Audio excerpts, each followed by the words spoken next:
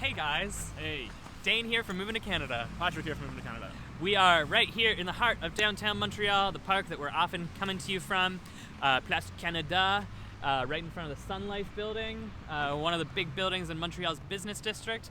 We are here to talk to you today about, what are we here to talk about? About the Canadian economy and the jobs market in the last 3 months. Yeah. The Canadian economy, Canada jobs. People are asking us about jobs in Canada all the time. So we're here to bring you the updates. And, sure. Pat's joining us. Pat's one of our incredible contributors here at Moving to Canada. He is also one of our experts when it comes to the Canadian economy and the Canadian jobs market. So he's out here to share some of his expertise. So we're going to start talking about how the end of 2019 wrapped up here in Canada for the jobs market. What can you tell people about that, Pat? Okay, so last time we were here was election day in Canada. It was October, and I promised that if the Liberal Party could deliver their message on the economy being strong, they would get returned to government. They did. Unfortunately, in November, we saw a change in the trajectory. 71,000 jobs were lost that month, and unemployment rose to 5.9%. So yeah, a little bit of a stumbling block for the Liberals and for Canada after the positive election results in October. Okay, so Trudeau's party came back in power. Trudeau's back at the helm of the government for now, at least. But Canada lost about 71,000, 72,000-ish jobs in November. To me, the layperson, that sounds scary. 71,000 sounds like a lot of jobs. I have one job, and it seems like a lot, and it's just one job. So, is that something we should be worried about? Is 71,000 as big as it sounds?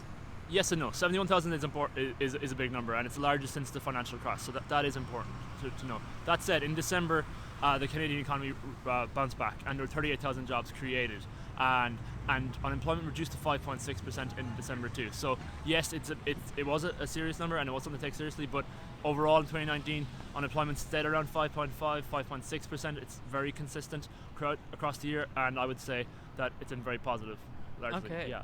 Great. Yeah, so 2019, if we look at that for the whole year, it was pretty good for the Canadian economy. Yeah.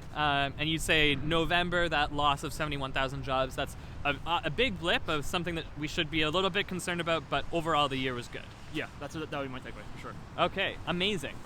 So one of the questions that we get a lot from our audience members is about what sectors these jobs are being created in. What kind of professions should people be working in if they want to find work in Canada? So what can you tell people about that, Pat? Okay, so in the last 3 months, unsurprisingly at Christmas, there were a lot of jobs in retail and accommodation, given the seasonal aspect of some of those jobs. That's pretty obvious. There was also a construction boom in BC, and we saw jumps there. More broadly, the services sector did very well in 2019. So we're talking financial services, healthcare, science services, things like that. Immigrants play a very important role in lots of industries and lots of sectors across Canada. So yeah, they're three of the big ones I would guess for the whole of 2019. Okay, great. Yeah. So we saw a bunch of retail jobs in December, Christmas, makes sense. Construction and engineering services. Another one that I'll drop in here, I know that in Express Entry, which is a really popular immigration pathway, tech and IT jobs are at the top of the list for people who are getting invitations to apply. So that's another sector that you can consider that's finding success in Canada. Something else that people frequently ask us is, where are these jobs physically? Where are they located? Which provinces found success in adding jobs to their market in the last quarter of 2019?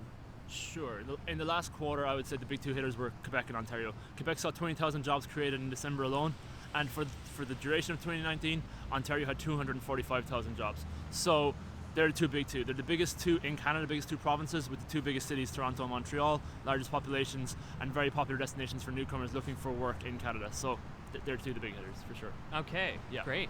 And for people who are interested in immigration, I'll do a quick overview for those two provinces. So we got Quebec, we've got Ontario. They've actually got very different immigration systems. This is because Quebec is kind of an outlier in Canadian immigration. Quebec likes to sort of define their own programs and their own policies. So they have a lot of their own independent immigration pathways. If you're interested in immigration to Quebec, there are some options for workers. There are some options for business people. It's easier if you've spent time in Quebec, if you've worked here or studied here beforehand. And Quebec is a French-speaking province, so while it isn't a requirement for all of their immigration pathways to have French knowledge, if you do speak French, that opens a lot of doors for you in terms of Quebec immigration.